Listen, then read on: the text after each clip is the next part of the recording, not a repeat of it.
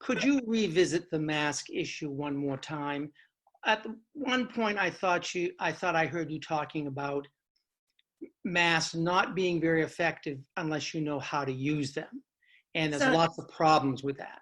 Then in terms of sort of what we did right and wrong, it sounded like an earlier, wider use of masks would have been helpful. So could you say a little more? so the big problem that we had for masks early on was that we didn't have enough for healthcare workers, right? So if you're a healthcare worker, you know how to use a mask. You know how to, so if you talk to people, that one of the big complaints about masks is they fog my glasses, right? Well, if the mask is fogging your glasses, you're not using it right. And you don't obviously know how to use it because obviously you're breathing around your mask. So the problem with just standardized, I mean, it's the reason that the first thing out of Tony Fauci's mouth was not everybody should wear masks. It's because it's a complicated topic. And if you do studies to see what kinds of viruses go through what kinds of masks, the data are very confused. If somebody sneezes, those are big wet droplets and a mask will contain that. If you're just breathing regularly, a lot of virus is going to go through the mask. So does the mask block how wide the dissemination is of virus from somebody who's infected? Probably. But if that person doesn't know exactly how to wear the mask, they're breathing around the mask anyway. And if you fill that mask up with virus, say you're infected and you don't know it. So you're wearing a mask at the grocery store. You're fiddling with that mask almost all the way through the grocery store because it's fogging up your glasses and you can't see the price of anything. And now you've concentrated some of the virus in that mask. Now you're touching it all the time with your hands. So now where your breath would have spread this virus all over the floor 6 feet in front of you, you now can spread it all over with your hands.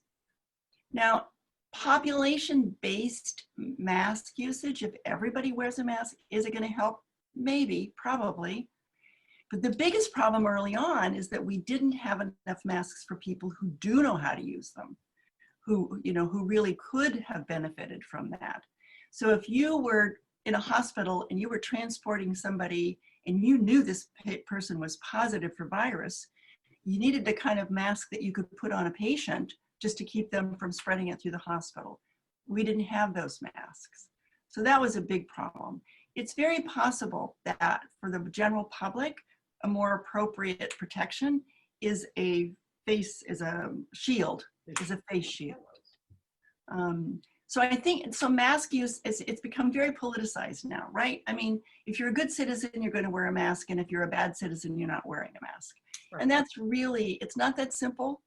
And there's two big problems with masks, is that if you don't know how to wear them, and you don't know how to handle it once it's contaminated. I mean, most people leave them in the front seat of their car, or stuff them back in their pocket, or put them in their pocketbook, because we're just wearing them because it's now the socially accepted thing to do, right?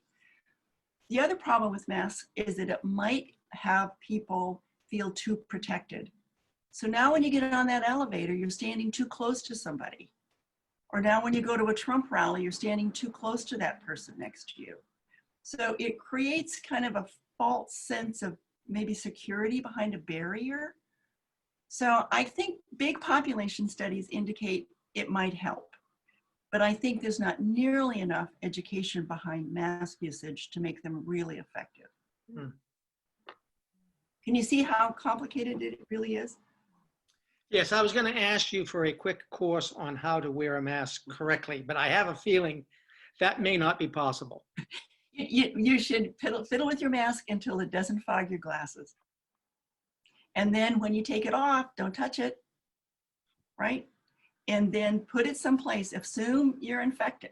Now, if you're wearing it to protect you from somebody else, that is really false security, a false sense of security. Does it protect you? Maybe a little bit. Would a shield protect you more? Maybe. Shields are pretty unwieldy and difficult to use. So the social distancing piece of this is probably far more effective, and that's what they promoted in Sweden. I think they had some limits on how many people could get together. The governor's limits on people getting together is probably a good way to do it. What we really obviously need are some more point of use tests that are really rapid. There's actually a little company in Bedford that has just entered. It's not such a little company. It's around the corner on D'Angelo Drive, and they've just entered the X Prize.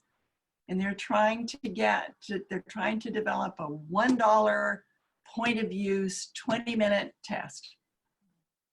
So wish them luck.